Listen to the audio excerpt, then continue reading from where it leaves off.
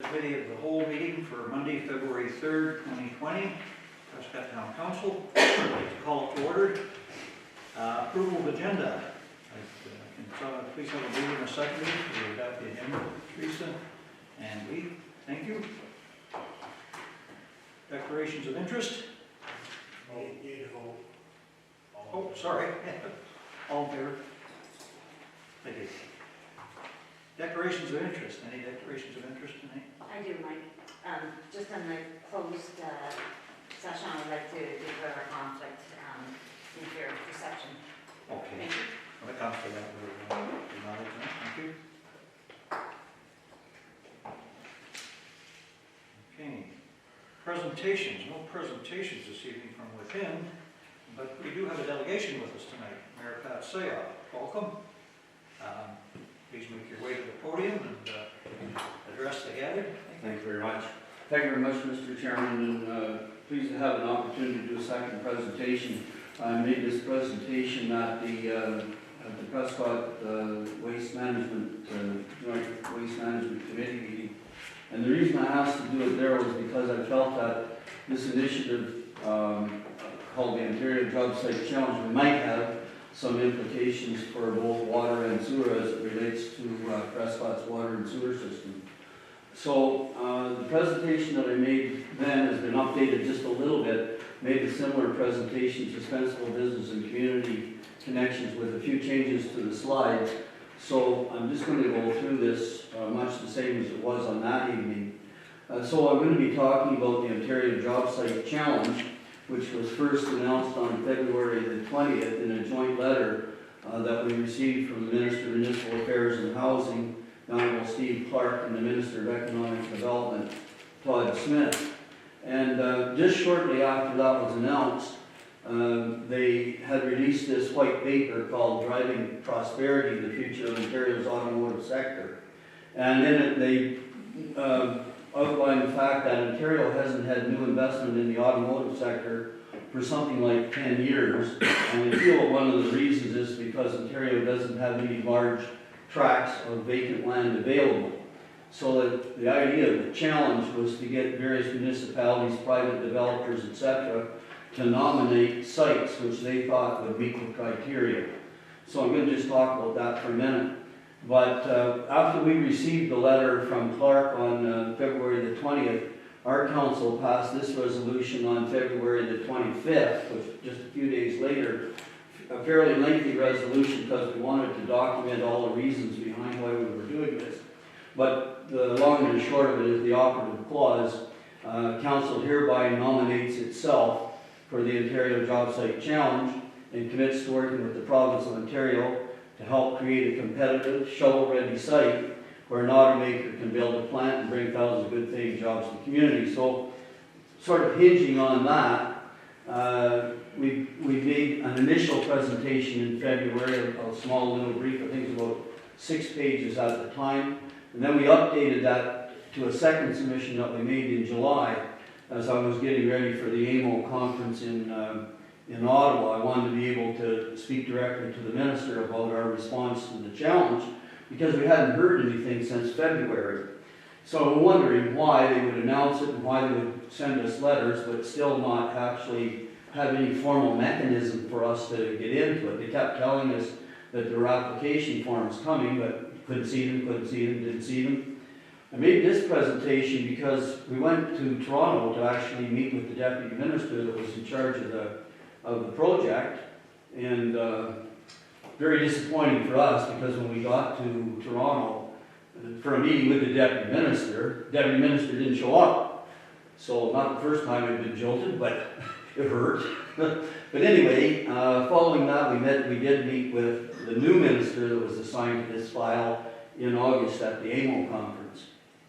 So after speaking to the minister, the Honorable Pradmeet Sarkaria, at the AMO conference, they went away. They were quiet for all of August, the rest of August, September, and then in late October, they did announce sort of a revised vision. They called it the Ontario Job Site Challenge, and they asked for requests for submissions. So we felt we had a site that was well positioned, and I just want to talk about that for a minute. This is a map of our township, river on the south, and this is our northern boundary with North Grenville, and I think that's called Totem Ranch Road. And this area in purple is called the Edwardsburg Land Bank. And this is 10,000 acres that was assembled by the province of Ontario in the late 60s, early 70s. It was originally assembled for the purposes of creating an Eastern Ontario manufacturing sector. It's laid dormant since the late 70s, mid-70s, late 70s. And as you can see, as the province was assembling this land, there were a number of farmers that held out. You can see the long strips of holdouts. Here's one here, another one here. This green site you might recognize is the ED19 site, and right down the middle of the ED19 site was a farmer that held out. That land eventually got sold to Tomlinson. But a lot of this land that was actually bought and purchased by the province was leased out to farmers. And the farmers have been leasing it for 20 or 30 years or so, but they won't invest in it. And so we started back about 5 years ago working with Infrastructure Ontario to get some divestment of this land into the farmers' hands. At just about the same time that the province was announcing this job site challenge. And it's very interesting to us that in October, when they finally put the request for submissions out and presented the application form, almost within 3 weeks of that, we got a letter from Infrastructure Ontario saying that they were going to proceed to divest this. So put two and two together, I think maybe the province is a little bit serious. So at the Economic Development Summit in November in Kemptville, Minister was there. He re-announced this challenge at that summit meeting, and we had a good meeting with him. He was very, remembered the meeting in August and said, Pat, where is your application form? We're looking for it. So, well, Minister, your deadline is March the 31st. We'll have our application there by March the 31st. And so our application is, we're nominating 2,000 acres of provincial land into this job site challenge. Now, what we bring to the table is nothing but the work of a municipality, because in the end result, the municipality has to approve the site plan application and has to approve the building permits. Everything else is the responsibility of the province, because we're not going to spend our taxpayers' money on their land. But we did meet with Infrastructure Ontario during the Roma conference to see what we could do about working together with them. Had a very good meeting with them at their offices at One Dundas in Toronto. And they're very interested because their mandate is to dispose of this land.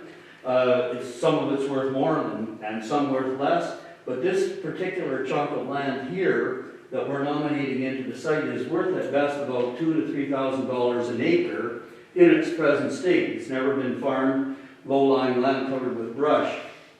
Their interest is, can they find a way to work with us, to bring this up to development status, which would then bring it up to somewhere around $20,000 or $30,000 an acre, depending on how you look at it. We're selling land down in here at $15,000 an acre to Giant Tiger, but on the other side of the road, there's a piece of land, 11 acres, listed for $1.4 million. So, it's all a question of what services does land have to bring, which gets me back to why I wanted to appear before the committee that's responsible for the wastewater treatment plant. So, just going on here quickly, Ontario is searching for large tracts of land. They were looking for 500 to 1,500 acres, able to support large-scale manufacturing operations. And presently in Ontario, there's no clear inventory of fully serviced mega sites available. And they feel that that is a real holdback for them when they're doing their trade missions to China, Japan, India, and those kind of places. The sites do not necessarily have to be investment ready, the same as they were under the Ontario Certified Site Program, because they know that these large sites require a greater investment to get them ready. And I think what they're looking for is applications which will provide details of the timelines to become shovel-ready. So we're going to be working with our engineering firm to make sure that we have a wholesome application submission, and we will be detailing in our application form how we feel that this site can be serviced. Now, there's several attributes of the site. First of all, there's 3 pipelines running across the site east to west. TransCanada owns one. Can't remember the name of it. Enbridge owns one, and there's another one owned by, I think it's called TransNorthern. And as well, there's a high-power transmission line running across the site. Natural gas is located on just north of Prescott on, was it County Road 18, I think it is. So there's a station there. We know that the natural gas from that station comes down County Road 18 and then along Cedar Grove Road, which is this road here, and then crosses the rail, uses the rail line to cross under 401, and then that natural gas line comes along to this way and services Greenergy, which is located in this area. So it's got natural gas, got electrical, it's got power, it's got what we got? Hydropower, natural gas. We know that there's fiber optics very close. There's fiber optics in the Johnstown Greenfield site. And of course, we've got the sewage treatment plant located about here someplace. And as well, there's the pipeline that we use to bring water from the St. Lawrence River up to Greenfield. And there's excess capacity in that pipeline for excess water. Between us and Greenfield, we are only using about, I think, around a quarter of the capacity of that pipe that we built a few years ago. So, the province is going to select 3 of these sites. Of the 3 or 4 that they selected, they're going to take them off to the international market, see if they can find investors. And the sites will enable, they think, will enable Ontario to attract large-scale investment in manufacturing and create good, high-paying jobs. The next question, of course, is who's going to do the work, because we all know we're running pretty well full employment here, but I'm not going to start mentioning the detriments. So I've already talked about the 10,000 acres. That's a map of the 10,000 acres with the 10,000 acres in red, and the hatched blue is land that has been leased to farmers. This is the site that we're talking about that I was just pointing out. We're calling it the Cedar Grove Road site. It's actually 2,800 acres, because I have to be able to tell my people that live on Cedar Grove Road that we'll ensure that there are fair setbacks from their residential properties. As you know, Cedar Grove Road is not a heavily populated road, but I'm sure once the news of this gets out into the public, there will be a lot of concern. That's one of the reasons, Mr. Chairman, that I appreciate the opportunity to come here tonight, because I want to do as much work as possible getting a public consultation process going. We're preparing a pamphlet now that we'll take door to door on Cedar Grove Road. We're doing our relations with, our communications relations with the Mohawks of Akwesasne. We have a good relationship with them. Also going to be opening a relationship with the Algonquins in Renfrew and Pembroke. So the Cedar Grove Road site is land that's owned by the province. It's part of the Edwardsburg Land Bank. Infrastructure Ontario has indicated its intention to divest, and we're going to work with them. It's at the junk. Those are all the attributes. I'm not going to go through them again. They'll show up sooner or later. Wanted to show this slide because proximity to the water treatment plant.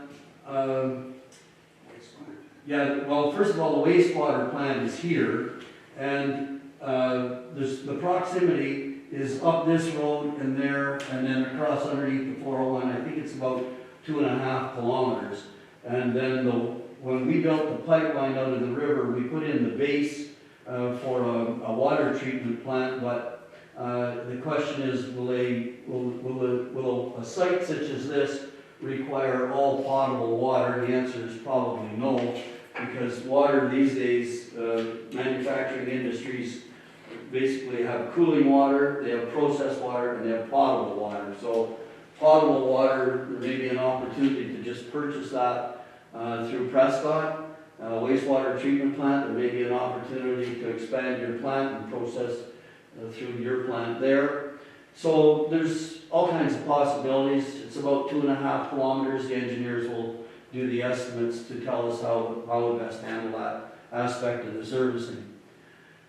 So once the submissions close on March the 31st, the province is going to retain the services of an internationally recognized site selector to assist with the evaluation and shortlisting of the various sites.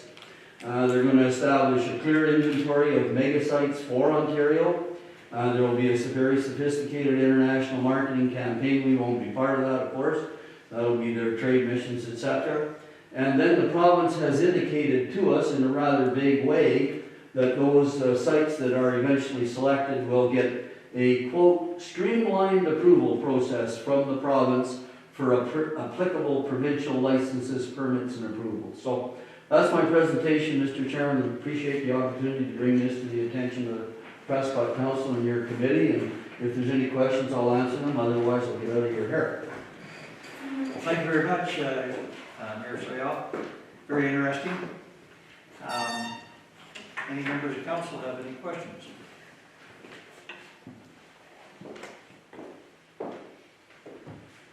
Looks like you may get to, may get out of your hair sooner. Of course, it's not hard to get out of your hair, is it? No, it isn't. It's a smooth ride. Okay, Mayor Todd. Yeah, just a quick comment, Mr. Chair. I wanted to thank Mayor Sayal for coming back, and good presentation again that we had, I think, before Christmas at the wastewater board. Fascinating opportunity, and you know, the numbers work and everything. I know we talked at that time, we're asking our staff to look further into this, and any way we can work together to bring more jobs to the area sounds fantastic. The only concern I would have, and you've alluded to it already, and why you're trying to get the public involvement. You mentioned ED19, so I'll go down that road a little bit, is it is a residential area. It's historically been residential farmland, so I can see this being a little political as it goes forward. Glad it's not directly in Prescott from my perspective there, but it's definitely, there's some good opportunities, and just tying in with all the industrial parks in the area, maybe this is another good opportunity to tie in some of what the province is trying to do with bringing larger scale industry, particularly Eastern Ontario, because quite frankly, we've been starved of industry for a number of years now. The more we can do to bring more big job creators into the area, the better. So thanks for coming forward with this tonight, and certainly something that I think our staff needs to take a look at a little further and see how it goes as we move forward. And if something is successful here, what we can do to potentially be a part of it, as long as the numbers all work out for us and we can come up with a deal at the end of the day, it sounds phenomenal. So thanks again for coming. Okay, and I appreciate your comments, and thank you very much, and Mr. Chairman, the Mayor, and members of council. As I said, the deadline for our submission is March the 31st.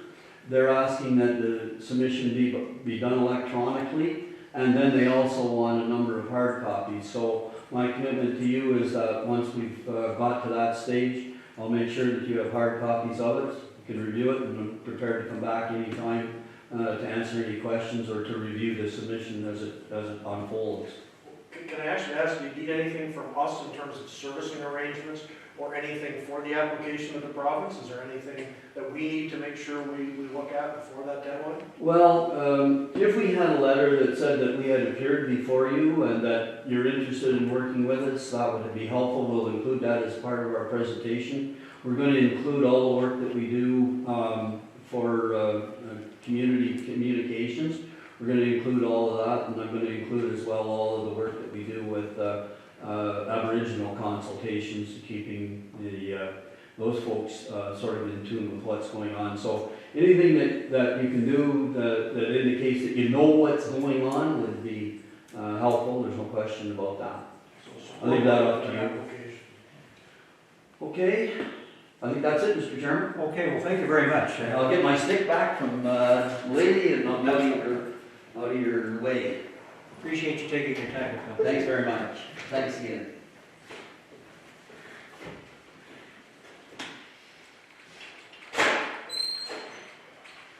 Okay, moving right along. Item 6 is Finance and Corporate Services. We have alluded here a staff report 05 for 2020, Joint Service Delivery Review, which we have spoken of before here. There's a recommendation for this item that the Committee of the Whole direct staff to proceed with the Joint Service Delivery Review with the Township of Augusta and enter into a contract with TDC Group Management Consulting to conduct the review. Do we have a mover and a seconder for this? Councillor Young, Councillor Shankar, all in favor? Thank you. Councillor Young, as the portfolio chair, would you like to speak to this item? Well, you did mention that, We don't use more. we voted. Okay, fill me in anytime. Okay. Moving right along. There's not much to say. We did talk about this a few weeks ago. The selection of TD Group Management is now before us. He will be looking at opportunities for both Augusta and Prescott to work with one another, to save money, or to share equipment, or to take the best from one and improve the other, however it works. I noticed that in his proposal, he's worked on a lot of fire agreements, or several fire agreements. And since that's one of our challenges this year to get a new fire agreement, perhaps he will have opportunity to some input into that for both parties. So, unless Mr. Armstrong has something more to add to that. Thank you. We've already voted on the motion, so.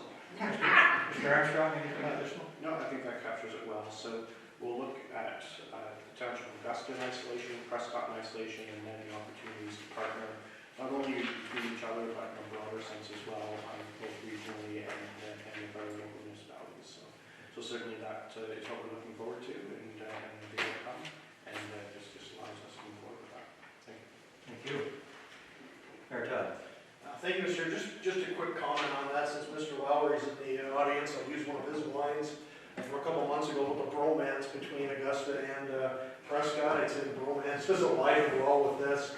And we did have a meeting on Friday with CAO Armstrong, Ray Morrison from Augusta, and Mayor Malika. Had an extensive conversation about this and other possibilities that stay tuned. We'll be updating council very shortly on what we've talked about there. That'll come back a little later on for some further details. But we've got a lot of good things going with Augusta now.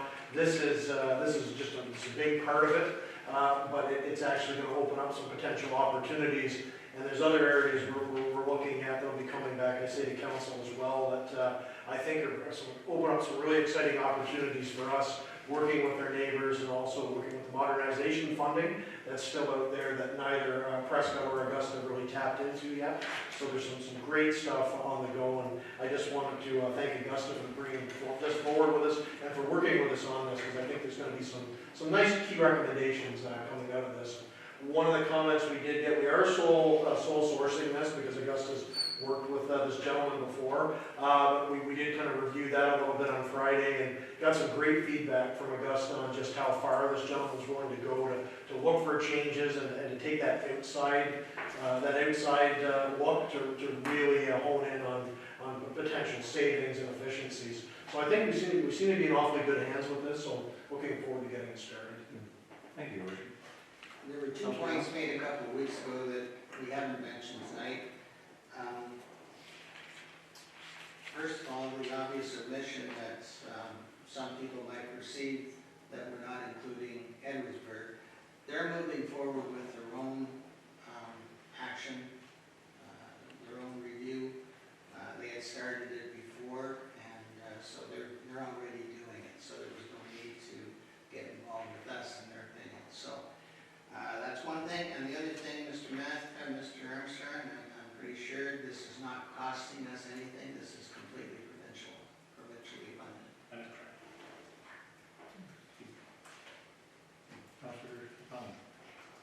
since we've already voted on it, what I'm going to say is sort of almost redundant, but it's been the policy of the town of Prescott, whenever we do something, to put it out to tender expressions of interest.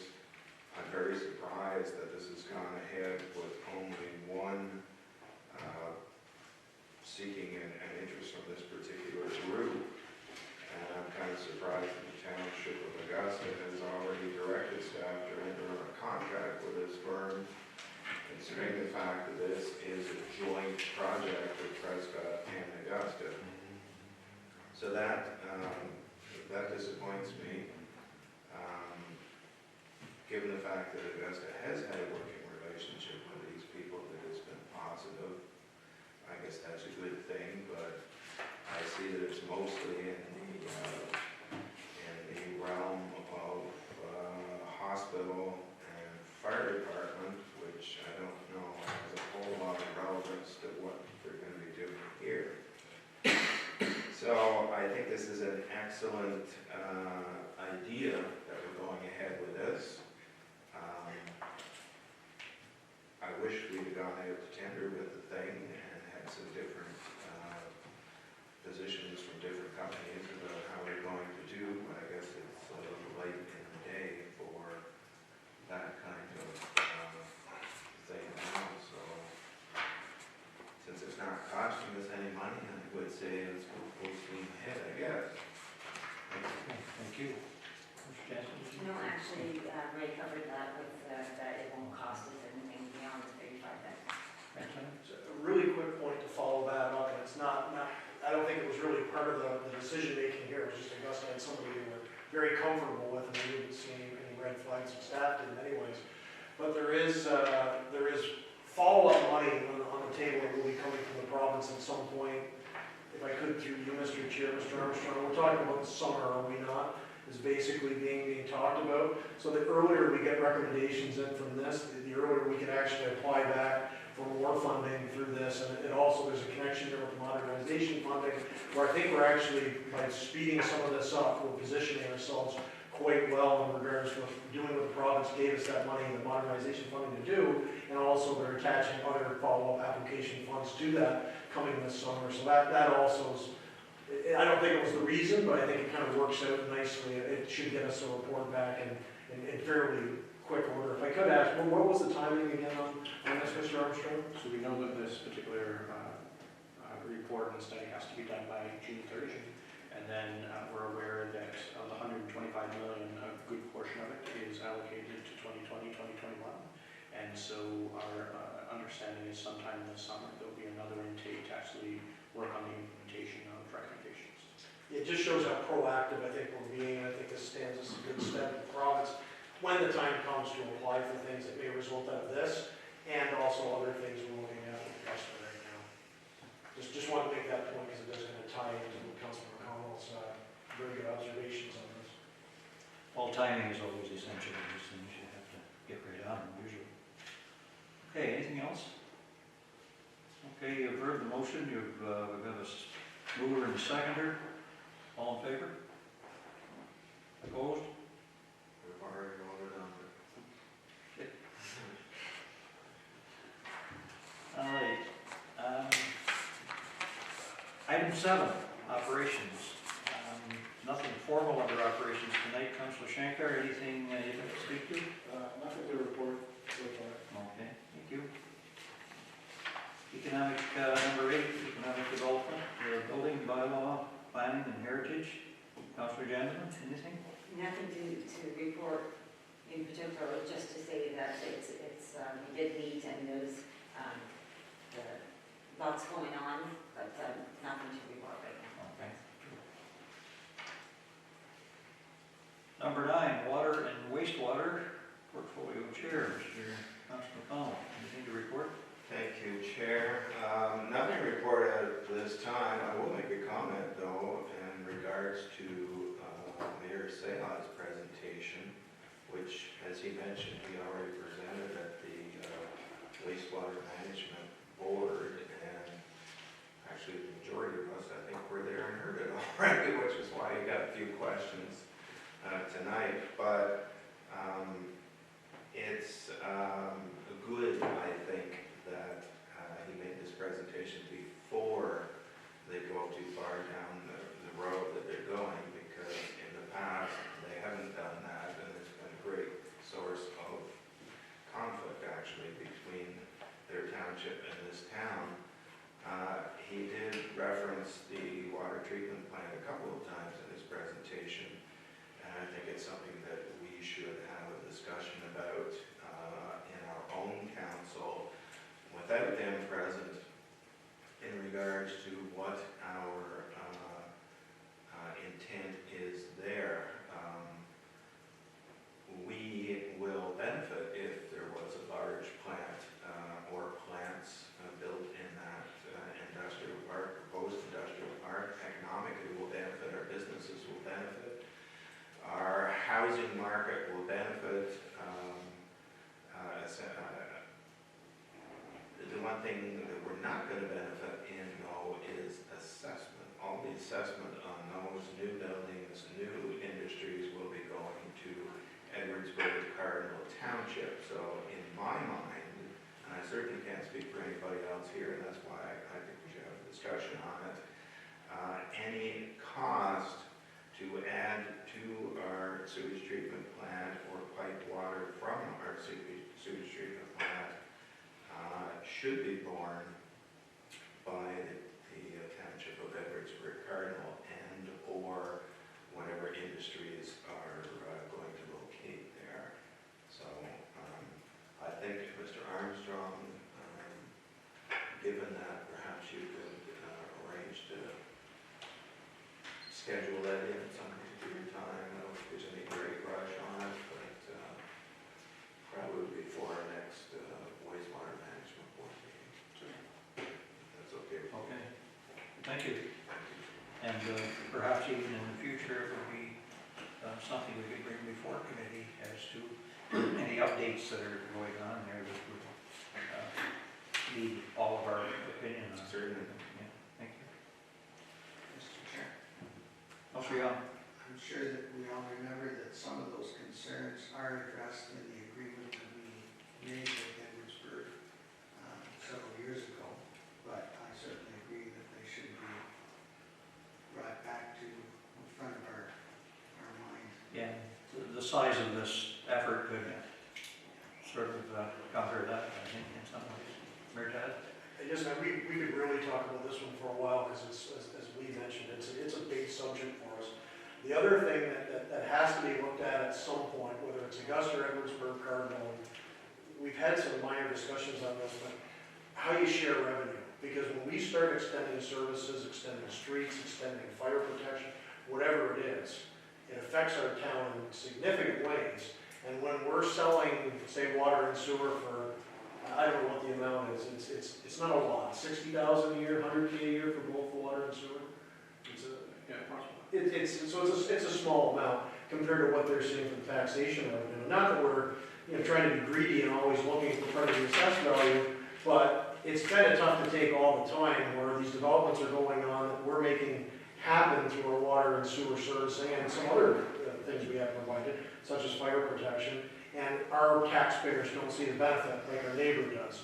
So at some point, we've got to really look at what a fair apportionment is of both the cost, but also the revenue, because we have a very limited, small footprint, and we should be a part of somebody, our neighbors are making serious dollars on new development. I think we should be part of that if we are part of making that development happen.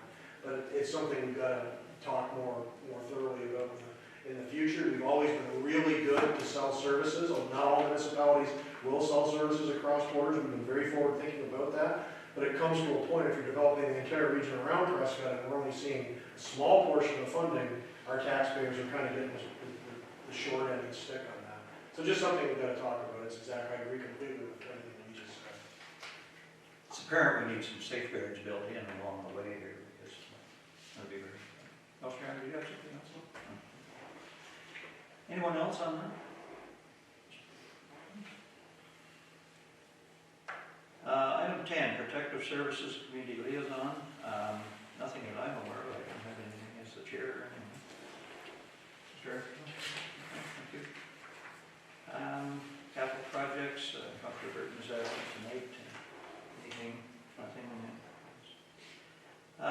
new business, we don't have an action item list here tonight, so I guess there's nothing to be spoken to unless something's come up. There is on the last page.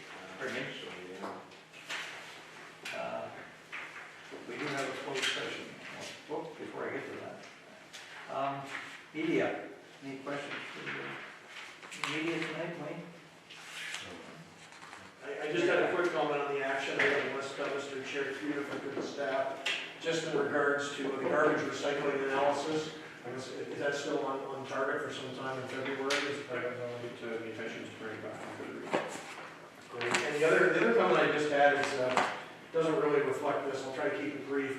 I know I've referred a number of potholes to Mr. Armstrong, I know staff's doing a great job trying to keep up with the rush, but just a note to people out there, because it is, with this crazy weather, it's almost like we're already in March, things are opening up all the time. So just, just the drivers to please keep an eye out, but to also please report anything you do see into our staff. The links are right to the website. We can get a service request out there right away. We're trying to do the best we can to respond to that. So I just did want to mention that for people watching the video later. Please let us know so our staff can get to it and try and keep these things filled. Granted, they're opening up as fast as we can fill them right now, but our guys are doing the best they can. But we have to know where they are, so please let us know. Thank you. My apologies for trying to find it, an action item list attached to my sheet here. Your name is attached to most of these items. Do you have any comments on any others there? No, I think we're along as we expected at this point. Okay, they're all ongoing, thanks. Thank you. Michael. Excuse me. Sorry. Councilman Tom? Just a question, actually, the very last item on there, we have fire agreement review spring 2020. In light of what we voted on just a little while ago with our neighbors in Augusta Township, is this something that we should, I don't know, postpone, wait till we see what happens with Augusta with this thing, or what? I think certainly we can address it throughout that process, and in the two timings should align very well. So, should we address it separately by ourselves, or wait until we see what's forthcoming from the, So, I guess my recommendation would be to talk to the consultant, find out what their ideas and thoughts are on that, and then if they're able to provide some guidance and direction, then we'll certainly take that and be able to move forward. let's go with, thank you. Thank you. I actually thought fire was separate from this, as we discussed the other day, because the counties is doing that fire service delivery review that I think they got provincial funding for. Am I correct on that? And that's including us, Cannon, Rockaway, and Brockville, I believe. That's the plan. So I think that's sort of a separate subject that will also tie in to what we're looking for here. And it was mentioned, I brought it up on the Friday meeting with Mayor Malenka, just because we've got to deal with this, I think, separately as well. But it'd be interesting to see what that fire service report may touch on those items as well. Counties, I don't think it's been fully approved yet, and we haven't seen it back, but I know there's been a real push provincially to get that going, because the money has been set aside for it.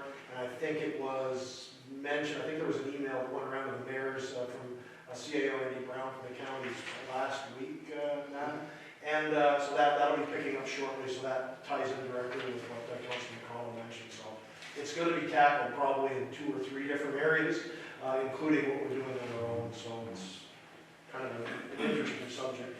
So the rest of this year, I think there's going to be some interesting recommendations going forward. Councilor Young? As far as the timetable, I think it would be very unpopular if we tried to adjust the rates during the year 2020, since budget's already been set or in the process. So we need to have this agreement before the budget process begins in late fall of this year. So we have some time to do it. It's not like we have to do it by February, anything like that. Mr. Armstrong?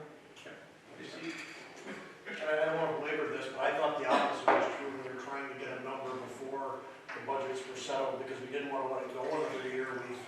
How many years have we been talking about this? It's basically been a discussion for 10 years now. It So would be that's, nice, Brett, but I think it's just in all practicality, it's very unlikely we could get it solved before we set our budget and Send them a bill, it's their option whether they pay it or not.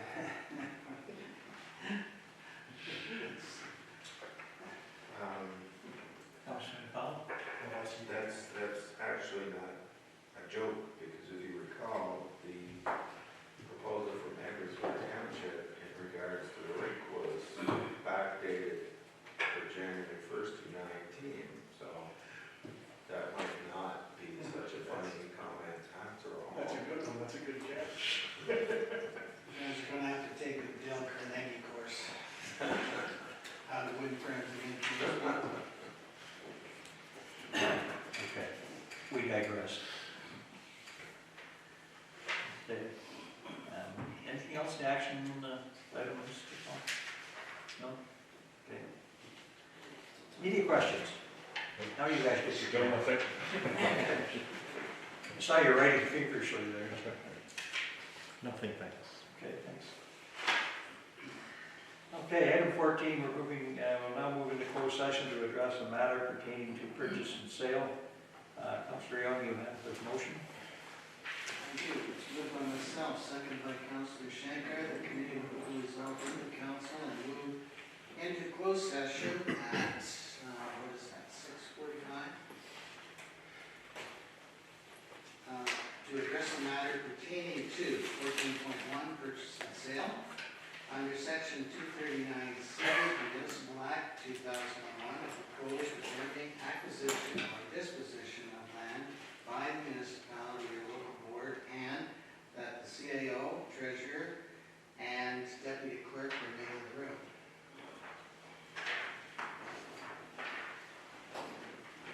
Okay.